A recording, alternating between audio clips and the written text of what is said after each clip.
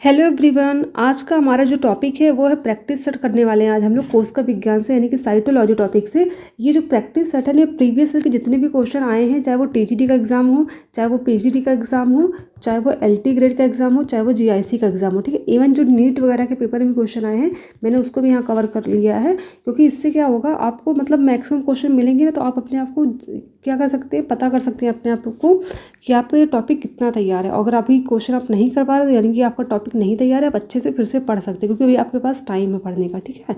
और मैंने सबसे अच्छी बात है कि क्वेश्चन जो है वो दोनों लैंग्वेज में यानी कि हिंदी में भी और इंग्लिश में भी, ठीक है। चलिए स्टार्ट करते हैं आज की क्लास। पहला क्वेश्चन है, fluid mosaic model was given by. Fluid mosaic model किसने दिया था?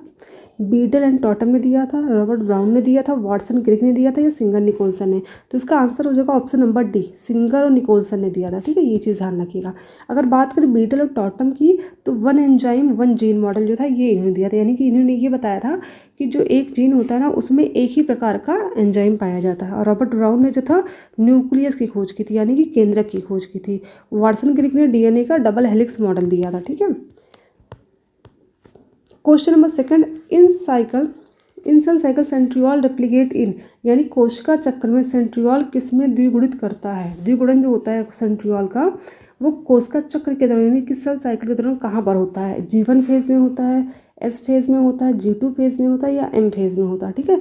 तो एक चीज़ ध्यान रखिएगा, इसका जो आंसर हो जाएगा वो तो हो जाएगा ऑप्शन नंबर बी, ठीक है, क्योंकि सेंट्रियोल जो होता है वो साइटोप्लाज्म के अंदर पाया जाता है और इसका डिवीजन जो होता है वो एस फेज में होता है, ठीक है। एस फेज में क्या होता है, डीएनए का सिंथेसिस भी होता है, ये चीज़ भी ध्यान रखिए, ठीक है। डीएनए का सिंथेसिस कहाँ होता है? एस फेज के अंदर होता है। लेकिन बात करें प्रोटीन की और आरएनए की सिंथेसिस की, अगर हम बात करें प्रोटीन के और आरएनए की सिंथेसिस की बात करें तो ये किस में होता है? G1 फेज में। और जो एम फेज होता है उसके लिए जो प्रिपरेशन होती है यानी कि माइटोटिक सेल डिवीजन के लिए जो प्रिपरेशन की जाती है वो G2 फेज में होती है। और एम का मतलब क्या होता है? माइटोटिक सेल डिवीजन या मियोसिस सेल डिवीजन, ठीक है। ठीक है, नेक्स्ट क्वेश्चन देखते हैं। क्वेश्चन नंबर थर्ड क्या कहता है? Middle lambda is made up of. Middle lambda किससे मिलकर बना होता है? मिडिल लैम्बडा होता है जब सेल डिवीजन होता है ना, जब क्या होता है? कैरियोकाइनेसिस। क्या होता है? कैरियोकाइनेसिस, सॉरी साइटोकाइनेसिस होता है। कैरियोकाइनेसिस सबसे पहले होता है, उसके बाद होता है साइटोकाइनेसिस। साइटोकाइनेसिस यानी कि जब साइटोप्लाज्म का डिवीजन होता है तो क्या होता है? मिडिल लैम्बडा का फॉर्मेशन होता है, ठीक है। ये मिडिल लैम्बडा जो होती है वो कैल्शियम पेक्टेट से मिलकर बनी होती है। ये चीज़ ध्यान रखिएगा, बहुत इंपॉर्टेंट। मिडिल लैम्बडा जो होती है वो कैल्शियम पेक्टेट से मिलकर बनी होती है, लेकिन सेलुलोज से क्या मिलकर बना होता है? सेलुलोज से मिलकर बना होता है cell wall.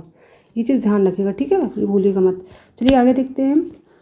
The membrane enclosing cell vacuole is known as, यानी कि जो सेल वैक्यूल पाया जाता है, आपने देखा होगा प्लांट सेल में भी और एनिमल सेल में भी वैक्यूल्स पाए जाते हैं।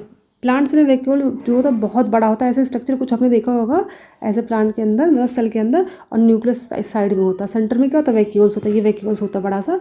तो इसकी जो मेम्ब्रेन होती है उसको क्या कहते हैं? ये कहा जा रहा है टोनोप्लास्ट कहते हैं, एंडोप्लास्ट कहते हैं, एक्टोप्लास्ट कहते हैं, या प्लाज्मा मेम्ब्रेन। तो प्लाज्मा मेम्ब्रेन तो कहेंगे नहीं, क्योंकि सेल की मेम्ब्रेन जो होती है उसको कहते हैं प्लाज्मा मेम्ब्रेन, ठीक है। एक्टोप्लाज्म भी नहीं कहेंगे, एंडोप्लाज्म भी नहीं कहेंगे। इसका आंसर हो जाएगा ऑप्शन नंबर ए, इसको कहते हैं टोनोप्लास्ट, ठीक है। तो वैक्यूल्स के बाहर जो मेम्ब्रेन होती है जिससे वैक्यूल पूरा घिरा होता है उसको कहते हैं टोनोप्लास्ट, ठीक है। क्वेश्चन नंबर 5 देखते हैं। Which of the following is in highest number in the cell, यानी कि निम्नलिखित में से कौन कोशिका के अंदर सबसे अधिक संख्या में पाया जाता है? हरित लवक, केंद्रक, माइटोकॉन्ड्रिया, या राइबोसोम। तो जो हरित लवक यानी क्लोरोप्लास्ट होता है इसकी संख्या ज़्यादा नहीं होती, ना ही केंद्रक की होती है, ना ही माइटोकॉन्ड्रिया की होती है, ठीक है, क्योंकि इनका साइज़ बहुत छोटा होता ही नहीं है, बड़ा होता है। ये डबल मेम्ब्रेनस तीनों होते हैं, ठीक है।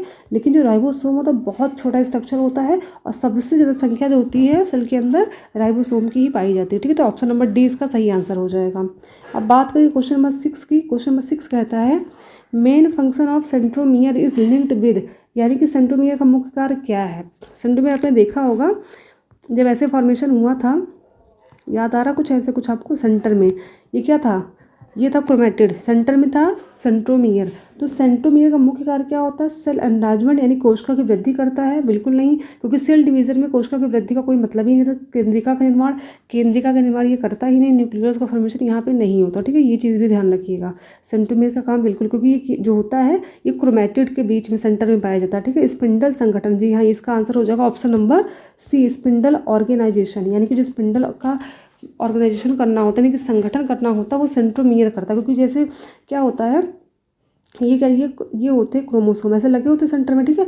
और यहाँ से स्पिंडल फाइबर जो ऐसे लगे होते हैं, ये इससे स्पिंडल फाइबर आकर के क्या हो जाते हैं, जुड़ जाते हैं, ठीक है। इसी सेंट्रोमियर से क्या होते हैं, आकर के स्पिंडल फाइबर जुड़ते हैं, क्योंकि सेंट्रोमियर पे क्या पाया जाता है, काइनेटोकोर प्रोटीन पाया जाता है, जो कि इसे चिपकने में क्या करता है, हेल्प करता है, ठीक है। और बाद में इसी की वजह से यहाँ से सेंटर से क्या होगा, ये डिवाइड होगा ये क्रोमेटिड, तो सेल डिवीजन हो जाता है और क्या हो जाता है, 2 डॉटर सेल बन जाती है, ठीक है।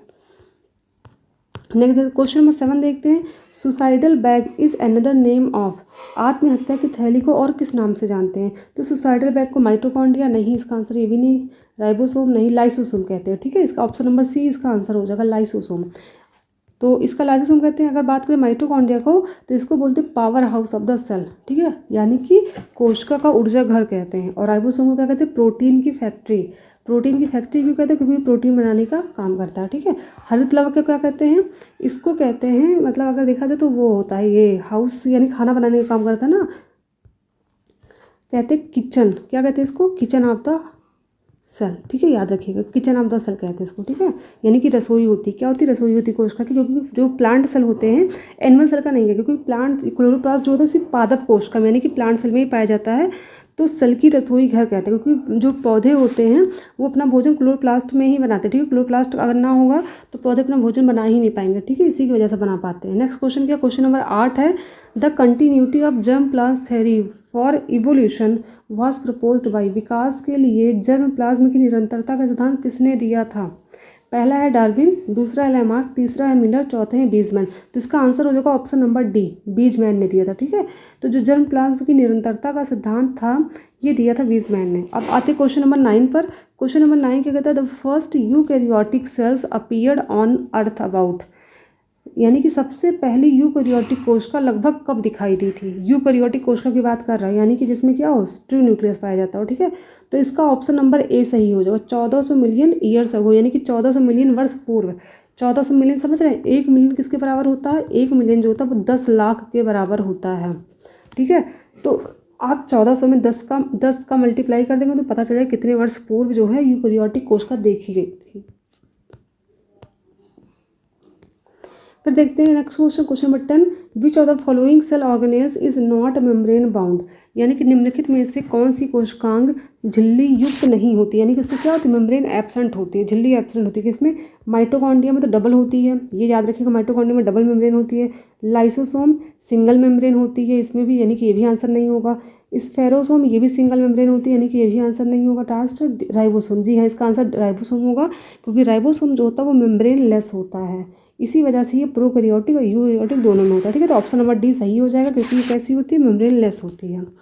अब आते हैं क्वेश्चन नंबर 11 पर। क्वेश्चन नंबर 11 कहता है, which of the following organelles mainly stores hydrolytic enzyme, यानी कि निम्नलिखित में से कौन सा कोशिकांग हाइड्रोलिटिक एंजाइम एकत्रित करता है। पहला है लाइसोसोम, दूसरा पेरोक्सिसोम, तीसरा है हाइड्रोजिनोसोम और चौथा है गोल्गी बॉडी।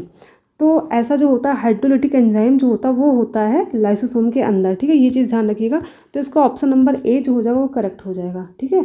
लाइसोसोम क्या होता है, लाइसोसोम एक कोशिकांग है जिसके अंदर क्या होता है, हाइड्रोलिटिक एंजाइम पाया जाता है, जिसका नेचर कैसा होता है, एसिडिक नेचर होता है, ठीक है, ये चीज़ ध्यान रखिएगा। अब बात करते हैं क्वेश्चन नंबर 12 की। When the chromosomes are straight and placed at the right angle to the spindle axis of mitotic metaphase the chromosomes must be, यानी कि समसूत्री विभाजन में जब गुणसूत्र सीधा और स्पिंडल अक्ष के समकोण पर होता है तो कौन से प्रकार का गुणसूत्र होता है, ठीक है। यानी गुणसूत्र क्या हो, एकदम सीधा हो जब, ठीक है, और स्पिंडल अक्ष क्या हो एकदम समकोण पर हो। आप समझ रहे, स्पिंडल अक्ष जैसे क्या, ये कोशिका विभाजन हो रहा है, ठीक, ये स्पिंडल अक्ष रखा है, ठीक है, और क्या है, गुणसूत्र एकदम सीधा है, ऐसे है। तो जाहिर सी बात क्या है, इसके 90 डिग्री पर तभी तो दिखाई देगा ना, क्यों है इसके 90 डिग्री पर स्पिंडल फाइबर के ना। तो ये जो होता है ये होता है मेटासेंट्रिक, याद रखिएगा कैसा होता है, मेटासेंट्रिक होता है, ठीक है। नेक्स्ट आते हैं, in eukaryotic cell under nuclear DNA synthesis occurs during, eukaryotic कोशिका विभाजन के दौरान डीएनए का संश्लेषण किस अवस्था में होता है।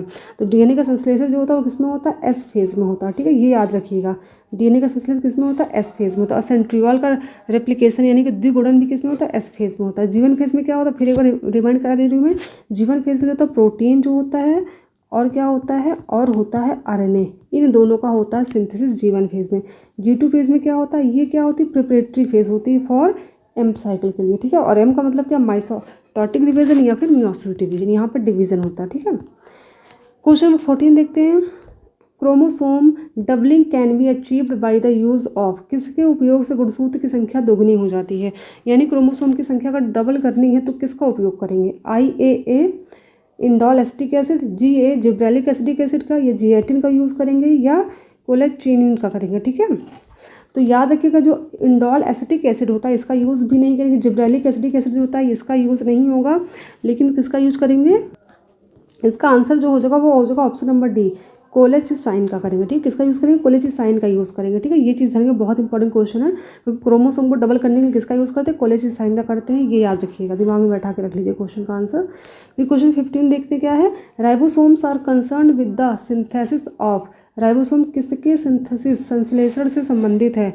तो अभी हम लोग पीछे बात कर चुके हैं, पहला है ऑप्शन लिपिड। देखो लिपिड का जो संश्लेषण होता है ना वो करता है एंडोप्लाज्मिक, यानी कि स्मूथ एंडोप्लाज्मिक रेटिकुलम, आपने पढ़ा होगा स्मूथ एंडोप्लाज्मिक रेटिकुलम, तो वो लिपिड का संश्लेषण करता है। आरएनए का संश्लेषण ये नहीं करता राइबोसोम, ठीक है। पॉलीपेप्टाइड, हाँ पॉलीपेप्टाइड होगा, क्योंकि पॉलीपेप्टाइड जो होता है वो प्रोटीन के जो अमीनो एसिड होते हैं वो पॉलीपेप्टाइड बॉन्ड से ही बनते हैं। तो पॉलीपेप्टाइड का मतलब यहाँ पे किससे है, प्रोटीन से है, ठीक है। पेपर में क्वेश्चन ऐसे भी दे सकता है, ठीक है, तो इस चीज़ को ध्यान रखिएगा। फिर आता क्वेश्चन नंबर 16। क्वेश्चन नंबर 16 कैसा, विच of the following does not contain DNA, यानी कि निम्नलिखित में से किसमें डीएनए नहीं होता है, पेरोक्सिसोम में, हरित लवक में, माइटोकॉन्ड्रिया में, केंद्रक में। तो डीएनए जो होता है, देखो माइटोकॉन्ड्रिया में खुद का डीएनए होता है, हरित लवक यानी क्लोरोप्लास्ट का खुद का डीएनए होता है, न्यूक्लिक यानी कि न्यूक्लियस का मतलब हो गया, केंद्रक का भी खुद का डीएनए होता है, क्योंकि ये तीनों जो होते हैं डबल मेम्ब्रेनस होते हैं, इन तीनों को खुद का डीएनए पाया जाता है। बट पेरोक्सिसोम जो होता है इसका खुद का डीएनए नहीं होता है। तो इसका ऑप्शन नंबर क्या हो जाएगा, इसका आंसर हो जाएगा ऑप्शन नंबर ए, पेरोक्सिसोम, इसका खुद का डीएनए नहीं होता, ठीक है। क्वेश्चन नंबर 17 की बात करें, plasma lemma is made up of, plasma lemma किसका बना होता है, सिंगल प्रोटीन लेयर, गलत है, सिंगल लिपिड लेयर, ये भी गलत है, सिंगल वसा एंड क्या दिया, 2 प्रोटीन लेयर, लास्ट क्या है, 1 प्रोटीन और एकल परत। तो इसका आंसर जो हो जाएगा ना, आंसर हो जाएगा ऑप्शन नंबर सी। अगर हम स्ट्रक्चर की बात करें तो क्या होता है, ऐसे कुछ लिपिड की लेयर होती है ना, क्या होती है, लिपिड की लेयर होती है, इसके ऊपर क्या होता है, प्रोटीन की लेयर होती है, ठीक है। एक सिंगल क्या होती है, ये वसा की लेयर होती है, यानी कि लिपिड की लेयर होती है सिंगल, और इसके ऊपर क्या होता है, प्रोटीन की लेयर, ऊपर भी प्रोटीन नीचे की प्रोटीन, ठीक है। तो याद रखिएगा जो ये प्लाज्मा लेमा होता है ना, इसमें एक तो लिपिड की लेयर पाई जाती है सिंगल, और इसके ऊपर नीचे जो होती है वो क्या होती है, प्रोटीन की लेयर। तो टोटल कितने हो गए, 2 प्रोटीन की लेयर और सिंगल लिपिड की लेयर, ठीक है। तो ऑप्शन नंबर सी इसका सही हो जाएगा।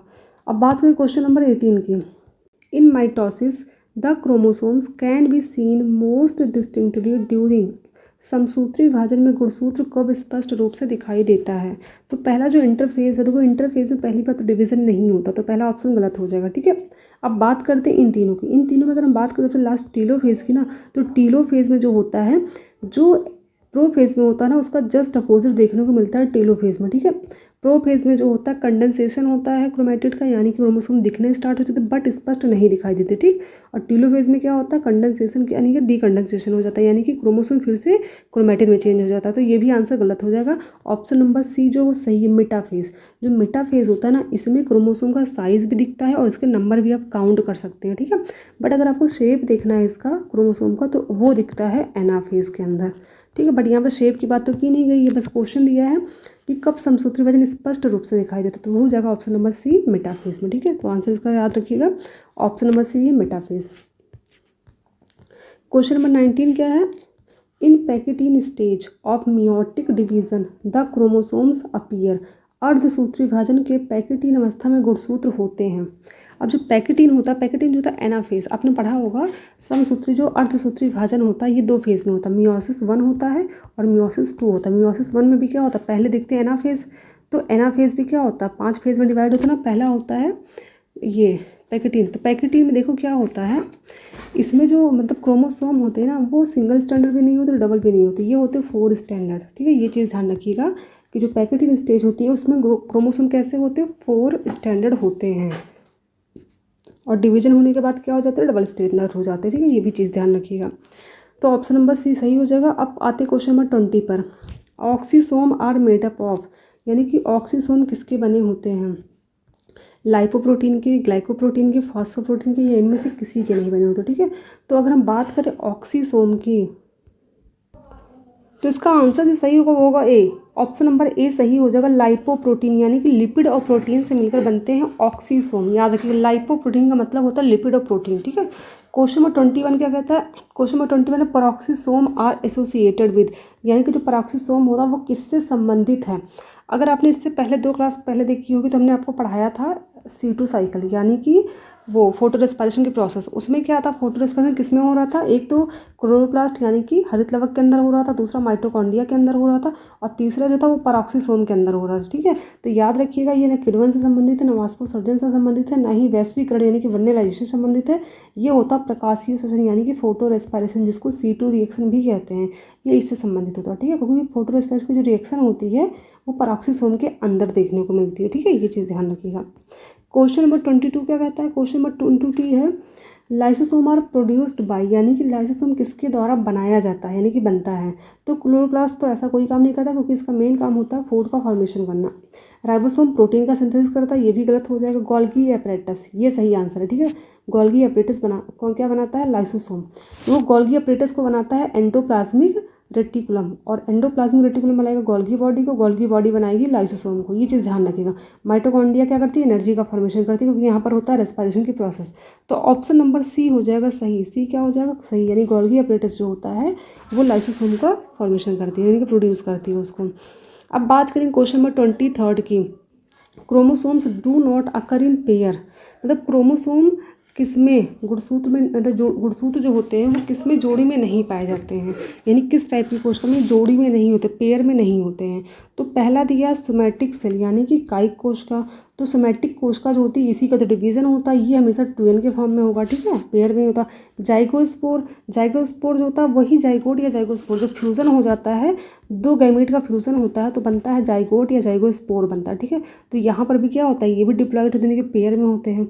ओ स्पोर जो होता है ये भी पेयर में होता है, लेकिन जो बू स्पेयर यानी कि अंडगोल होता है ना, ये जो होता है ये नहीं होता। ये कैसा होता है? ये होता है मतलब यानी कि अनपेयर्ड होता है, यानी कि n के फॉर्म में होता है। ठीक, फिर आता question number 24, in which of the following phases DNA is usually synthesised, यानी कि निम्नलिखित में से किस अवस्था में DNA का संश्लेषण होता है? तो ये क्वेश्चन काफ़ी बार रिपीट हो गया, आपको आंसर याद हो गया होगा, G-S फेज। ठीक है, S फेज में क्या होता है? DNA का संश्लेषण होता है। ठीक है, अब बात करें क्वेश्चन नंबर 25 की। 25 क्या कहता है?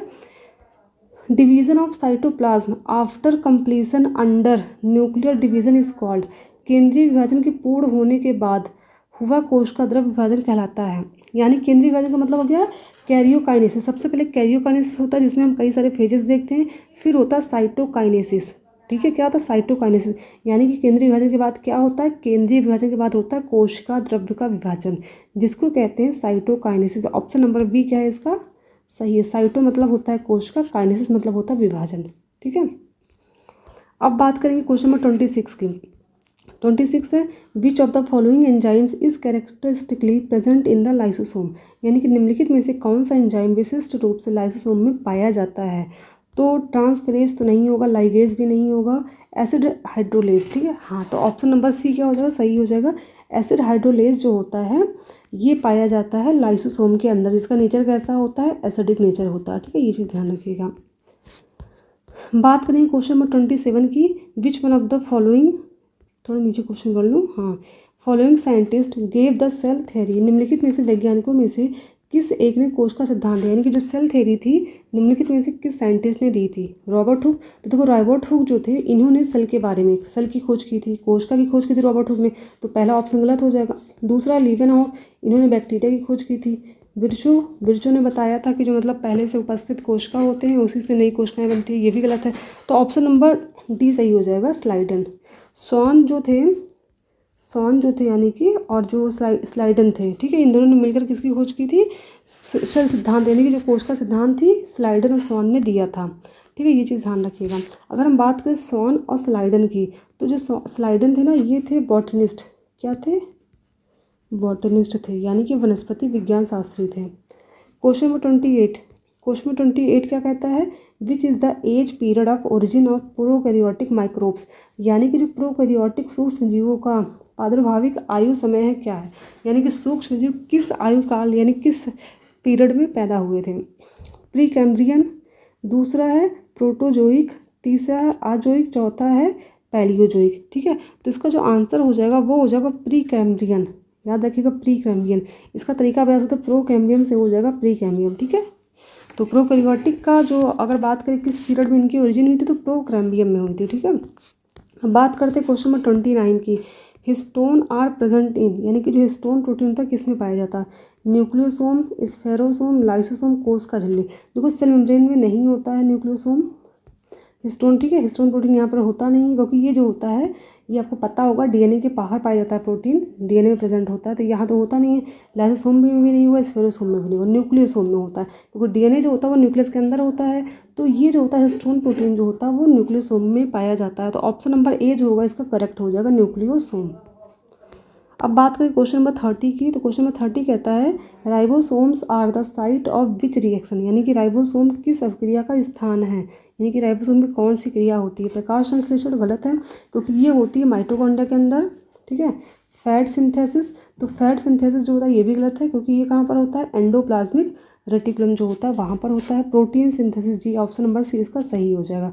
और रेस्पिरेशन कहाँ पर होता है, ये देखने को मिलता है माइटोकॉन्ड्रिया। सॉरी देखो गलत मैंने कर दिया, उल्टा नीचे कर दिया। प्रकाश संश्लेषण जो होता है ये होता है क्लोरोप्लास्ट में, क्योंकि क्लोरोप्लास्ट में भोजन बनता है ना।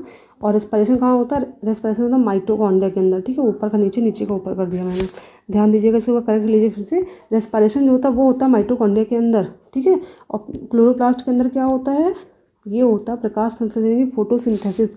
और वसा का संश्लेषण, हिंदी में एक्चुअली पढ़ने में ना मैं कंफ्यूज हो गई थोड़ा सा। तो फैट सिंथेसिस जो होता है वो कहाँ पर देखने को मिलता है, वो मिलता है एंडोप्लाज्मिक रेटिकुलम। वो भी किस टाइप का एंडोप्लाज्मिक रेटिकुलम में देखने को मिलता है, वो मिलता है स्मूथ, जो स्मूथ एंडोप्लाज्मिक रेटिकुलम होता है ना वो फैट का संश्लेषण करता है, ये चीज़ ध्यान रखिएगा। और बात करें प्रोटीन सिंथेसिस की, तो ये करता है राइबोसोम। तो राइबोसोम का मेन काम क्या हो जाएगा, option number C, C is the correct answer. Question number 31 देखते हैं क्या है। क्वेश्चन नंबर 31 कहता है meiotic cell division takes place in, अर्धसूत्री विभाजन होता है कहाँ पर होता है, रूट टिप पर होता है, शूट टिप पर होता है, फ्लोरल बड में होता है, या सभी सब में। रूट टिप का मतलब होता है जड़ाग्र में, शूट टिप का मतलब है तनाग्र में, फ्लोरल बड का मतलब है पुष्पकली में, या सभी में। अब ध्यान दीजिएगा, हम लोगों ने बात किया था एक होता है माइटोटिक सेल डिवीजन और दूसरा होता है मियोटिक। तो माइटोटिक जो होता है ये होता है सोमैटिक सेल के अंदर।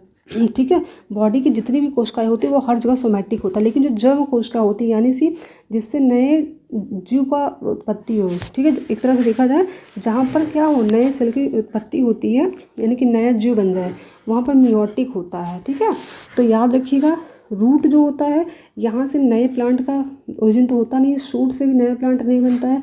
जो फ्लोरल वाला होता है ना यहाँ से नया प्लांट बनता है, क्योंकि फ्लोरल जो होता है ये जो पार्ट होता है ये रिप्रोडक्टिव पार्ट होता है। प्लांट का रिप्रोडक्टिव पार्ट जो होता है उसका फ्लावर होता है यानी कि पुष्प होता है। ठीक है, तो यहाँ पर जो डिवीजन देखने को मिलेगा वो मियोटिक होगा। ठीक है, बाकी जगह कैसा होगा, बाकी जगह माइटोटिक होगा। तो इसका आंसर सिर्फ हो जाएगा ऑप्शन नंबर सी, फ्लोरल बड यानी कि पुष्पकली क्या है, यहीं पर सिर्फ मियोटिक सेल डिवीजन आपको देखने को मिलेगा, बाकी जगह नहीं। बाकी जगह क्या होगा, माइटोटिक होगा। नेक्स्ट देखते हैं, mitosis and meiosis always differ in regard to the presence of, यानी कि समसूत्री और अर्धसूत्री सदैव किसकी उपस्थिति के संदर्भ में भिन्न होते हैं, यानी कि किसकी प्रेजेंस की वजह से भिन्न होते हैं। क्रोमेटिड, देखो क्रोमेटिड तो हो नहीं सकता, दोनों में होते हैं क्रोमेटिड। होमोलॉगस क्रोमोसोम दोनों में होते हैं, ऐसा कुछ नहीं होगा। यूगली बाइवैलेंस, ये सही है, क्योंकि क्या होते हैं आपने देखा होगा ना, टेट्राड बाइवैलेंट बनते हैं ना। जब क्या होता है क्रोमोसोम की पेयरिंग हो जाती है तो क्या होते हैं, क्रोमोसोम ऐसे होते हैं ना, तो क्या होता है इनमें जब पेयरिंग होती है तो क्या बन जाते हैं, टेट्राड बाइवैलेंट यहाँ बन जाते हैं। ठीक है, तो ये दिखाई देता है मियोटिक सेल डिवीजन में। तो मियोटिक सेल डिवीजन और माइटोटिक में ये डिफरेंस होता है, क्योंकि बाकी चीज़ें दोनों में पाई जाती है। बाइवैलेंट जो होता है वो सिर्फ अर्धसूत्री विभाजन में देखने को मिलता है, समसूत्री विभाजन में नहीं देखने को मिलता। ठीक है, अब बात करें क्वेश्चन नंबर 33 की। The cell which undergoes reduction division is called, वह कोशिका जो लघुकर्ण विभाजन करती है उसे क्या कहते हैं, यानी कि जिसमें रिडक्शन डिवीजन होता है उसे क्या कहते हैं। एंड्रोसाइट, मियोसाइट, जाइगोट या जूस्पोर। क्या कहेंगे, एंड्रोसाइट तो नहीं कहेंगे उसको। ठीक है, जाइगोट भी नहीं कहेंगे, क्योंकि जाइगोट में जो होता है रिडक्शन डिवीजन होता ही नहीं है। ठीक है। जाइगोट में 2 N होते हैं, जूस्पोर में 2 N होते हैं, ठीक है। अब मियोटिक्स का मतलब क्या होता है, मियोसिस। मियोसिस जो होता है, जिस भी कोशिका का मियोसिस होता है ना, कोशिका का डिवीजन होने के बाद क्रोमोसोम की संख्या क्या हो जाती है, यहाँ पर हाफ हो जाती है, ठीक है। मियोसिस सेल डिवीजन के बाद क्या होता है, नया जीव जो बनता है उसमें क्रोमोसोम की संख्या क्या हो जाती है, हाफ हो जाती है, यानी कि रिडक्शन डिवीजन हो जाता है, ठीक है। और मियोटिक सेल डिवीजन को ही रिडक्शन डिवीजन भी कहा जाता है। इसका आंसर जो हो जाएगा वो ऑप्शन नंबर बी हो जाएगा, मियोटिक, यानी कि मियोसाइट हो जाएगा, ठीक है। अब आते हैं क्वेश्चन में 34। क्वेश्चन में 34 क्या कहता है, which of the following is essential for DNA synthesis and cell division, यानी कि निम्नलिखित में से कौन डीएनए संश्लेषण और कोशिका विभाजन के लिए आवश्यक है। डीएनए संश्लेषण, विटामिन डी, ये गलत हो जाएगा, विटामिन डी इसके लिए नहीं है, विटामिन ई भी नहीं होगा, विटामिन के भी नहीं होगा, ठीक है। फॉलिक एसिड, जो फॉलिक एसिड होता है वो डीएनए का संश्लेषण और सेल के डिवीजन के लिए क्या होता है, इंपॉर्टेंट होता है, यानी कि आवश्यक होता है, ठीक है। अब आते हैं आज के लास्ट क्वेश्चन जो कि 35 नंबर क्वेश्चन, ये है protein and RNA synthesis takes place at. Protein और आरएनए का संश्लेषण किस अवस्था में होता है, मैंने स्टार्टिंग में बताया था, आपको याद होगा। तो चलिए बताते हैं पहले G1 फेज, ठीक है। तो अगर G1 फेज की बात करें तो यहाँ पर प्रोटीन का संश्लेषण होता है, साथ में आरएनए का संश्लेषण भी देखने को मिलता है, प्रोटीन प्लस आरएनए, ठीक है। और G2 की बात करें तो ये प्रिपरेटरी स्टेज होती है फॉर मियोटिक और मियोसिस डिवीजन की, ठीक है। और एस फेज में क्या होता है, डीएनए का क्या होता है, डुप्लीकेशन, यानी कि डीएनए का सिंथेसिस यहाँ पर देखने को मिलता है। तो इसका आंसर क्या सही हो जाएगा, इसका आंसर हो जाएगा option number A, G1 phase. G1 phase में प्रोटीन का और आरएनए का संश्लेषण होता है। आपके कितने आंसर, 35 में से आपके कितने आंसर सही हैं, कॉमेंट सेक्शन में जरूर बताइएगा। इसका पार्ट बी सी जितने भी क्वेश्चन है मैं सबको कवर कर दूंगी पार्ट वाइज डिवाइड करके। वीडियो बहुत लेंदी हो जाती है इसलिए मैंने एक में नहीं कवर किया, ठीक है। आप टॉपिक को पढ़िए, उसके बाद ही प्रैक्टिस सेट सॉल्व करिएगा। और अगर आपको कोई भी डाउट है तो प्लीज़ कमेंट में ज़रूर बताइएगा। Thank you.